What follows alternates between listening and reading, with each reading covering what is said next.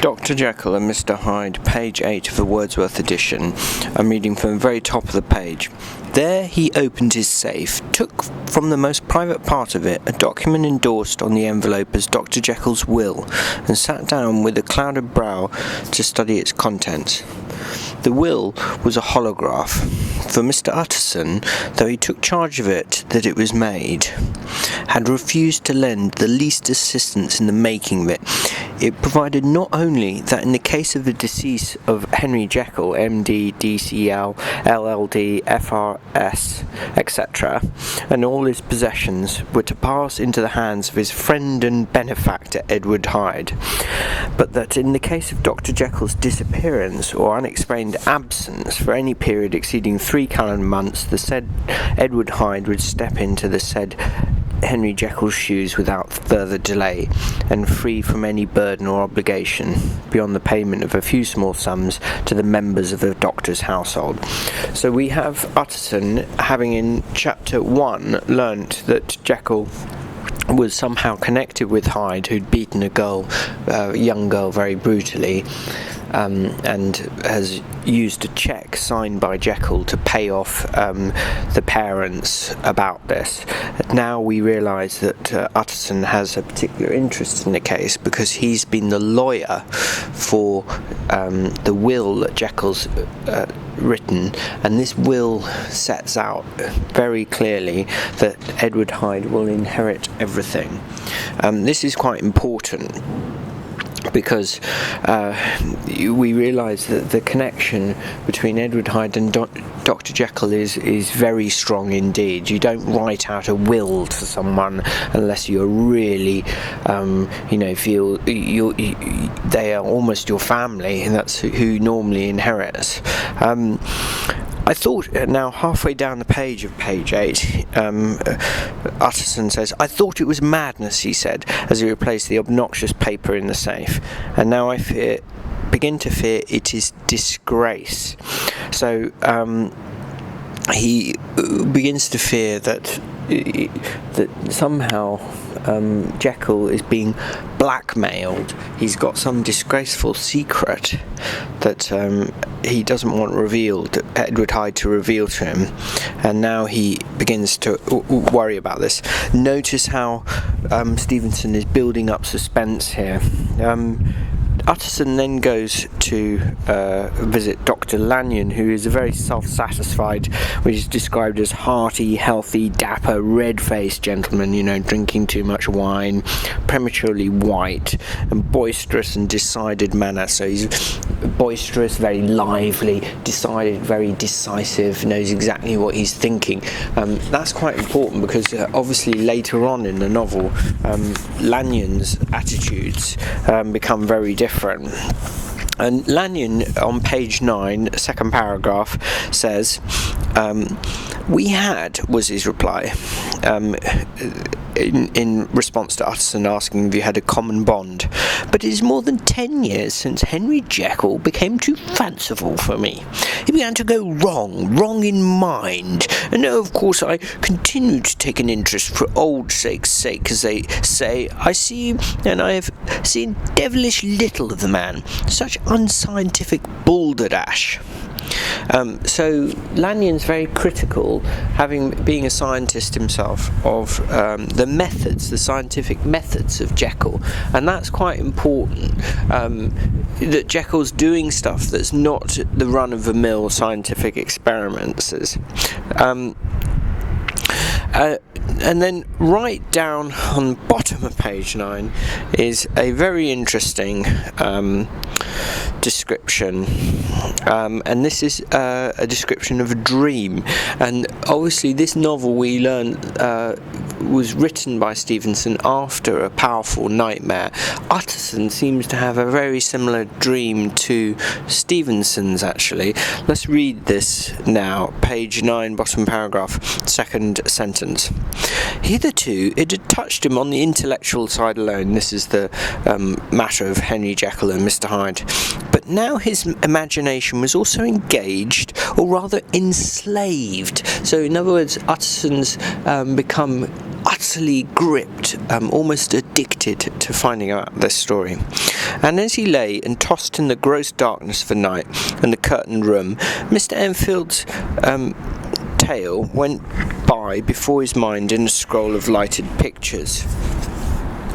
He would be aware of the great field of lamps of a nocturnal city, then of the figure of a man walking stiffly, then of a child running from a doctor's, and then these met, and that human juggernaut trod the child down and passed on regardless of her screams.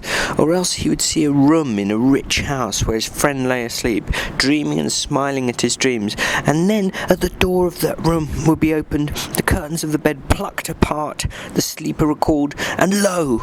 There would stand by his side a figure to whom power was given, and even at that dead hour he must rise and do its bidding.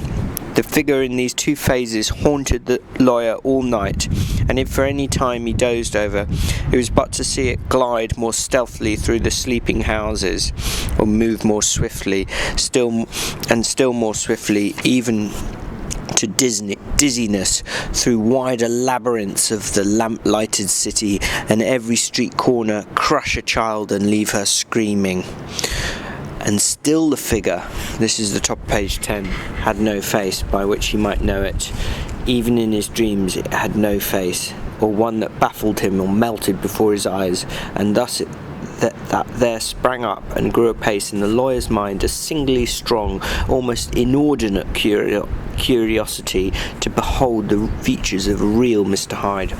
So he has this nightmare where this kind of faceless monster, this juggernaut, remember that's a kind of the cart of an Indian god, pursues Jekyll, we assume, in a dream, and pursues him and crushes this child again and again in his dreams. And this dream leads to Utterson wanting to uncover the mystery, and that's very important. If he be Mr. Hyde, he had thought, I shall be Mr. Seek. So he decides now, a nice play on words, isn't it, on Hyde, hiding it away, and it's worth thinking about the nature of that name, Hyde. Utterson is Mr. Seek, seeking, hunting down it, and that is actually the role he plays in the whole of the narrative, seeking down the truth about Jekyll and Hyde. He's a lawyer, dogged person who has to know what's going on, and he haunts the steps of the old door, which is very evocatively described on page 10, and finally he meets up with him on page 11. Let's read through halfway down the page a bit of dialogue that Utterson has with Hyde. Good God, thought Utterson, can he have been thinking of the will? But he kept his feelings to himself and only grunted an acknowledgement of the address. Hyde is very pleased they've met, because he was actually perhaps aware, obviously we realise later on, aware that the will be made out to him. And now, said the other, how do you know me? By description, was the reply. Whose description? We have common friends, said Utterson. Common friends, echoed Mr. Hyde a little hoarsely. Who are they? Jekyll, for instance, said the lawyer. He never told you, cried Mr. Hyde with a flush of anger. I did not think you would have lied. Come, said Mr. Utterson, that is not fitting language. The other snarled aloud into a savage laugh, and next moment, with extraordinary quickness, he unlocked the door and disappeared into the house. So we learn here that Hyde knows a great deal about Jekyll through this dialogue. He knows that Jekyll has not revealed to Utterson that he has a connection with him, and that he assumes Utterson's lying. Notice the aggression, and notice the sarcasm, notice to all the sorts of behaviour that respectable gentlemen were not allowed to exhibit. Hyde exhibits. and we get a description now of him again on the very bottom of page 11. Mr. Hyde was pale and dwarfish. He gave the impression of deformity without any nameable malformation. He had a displeasing smile, and had borne himself to the lawyer with a sort of murderous mixture of timidity and boldness, and he spoke with a husky, whispering, somewhat broken voice. All these were points against him, and not all of these could explain the hitherto unknown disgust, loathing, and fear with which Mr. Utterson regarded him. "There must be something else," said the perplexed gentleman. "There is something more. If I could find a name for it. God bless me, the man seems hardly human, something troglodytic, shall we say? Or can it be the story of Dr. Fell? Or is it the mere radiance of a foul soul that thus transpires through and disfigures its clay continent? The last, I think. Oh, my poor old Harry Jekyll, if ever I read Satan's signature upon a face, it is on that with your new friend." There's a mixture of different reactions here to Hyde. He's troglodytic, in other words, he's like a sort of prehistoric man, so there's something that sort of, he's lower down on the evolutionary scale to ordinary humans. But he's also satanic, so that gives a kind of Christian element or religious element to the description of him, that he is the opposite of goodness, he's the opposite of Jesus, he is the devil, an embodiment of the devil. And Dr. Fell is from a kind of nursery rhyme, which is in the notes at the very back. "I do not like thee, Dr. Fell, the reason why I cannot tell, but I know full well, I do not like thee, Dr. Fell." So there's just something about him that's just really unpleasant.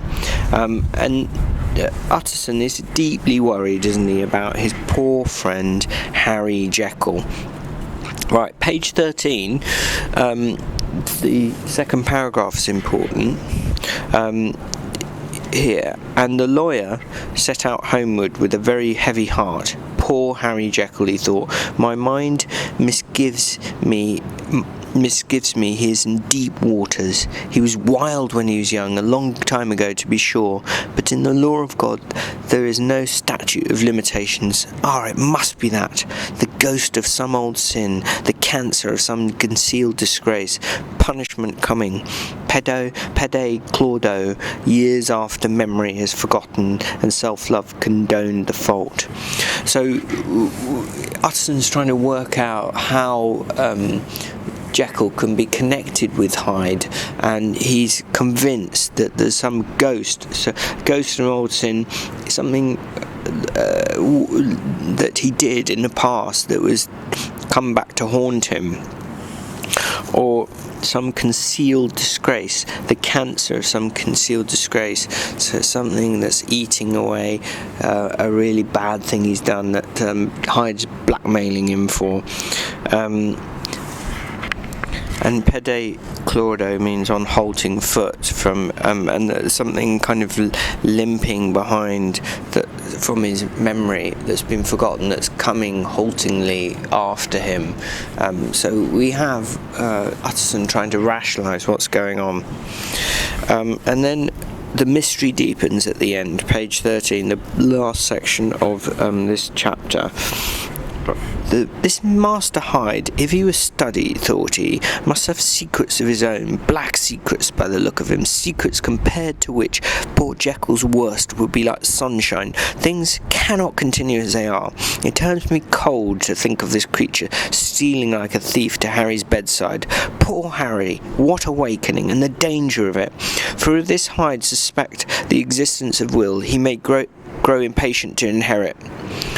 So, in other words, Utterson resolves to help Jekyll by finding out secrets about Hyde. He says, I must put my shoulder to the wheel if Jekyll will but let me, if Jekyll will only let me. For once he saw before his mind's eyes, clear as transparency, the strange clauses of the will. So he now sees that this a very strong connection between Jekyll and Hyde that he can't quite work out, and that Jekyll may not actually let him help him because Jekyll might not want this secret revealed. There's many kind of ironies here when you actually know the end of a story, because of course Hyde does have his secrets of his own, the secret that he is Jekyll and vice versa, but also it's not the cancer of some sort of concealed disgrace, which is how these narratives normally followed. So what Stevenson does is he sets up the reader to think that there is some sort of mystery in Jekyll's past that's going to be discovered, deep past, and that's going to be the kind of heart of the narrative. But of course he doesn't do that. He surprises us with what actually is the answer. Now, what I want you to think is, how effective is this chapter in building up a sense of mystery? What are the ways in which the writer builds up a sense of mystery here? Through his use of description of a dream, for example, through his use of dialogue with Hyde and Utterson speaking to each other, and through his use of getting into the mind of Utterson. All of these things are building up mystery and suspense, because we're getting more and more connected to Utterson's chase. We become Utterson, don't we? We're looking for the answer to the mystery. Right, so I want you to now just get some notes about how he builds up mystery and suspense here.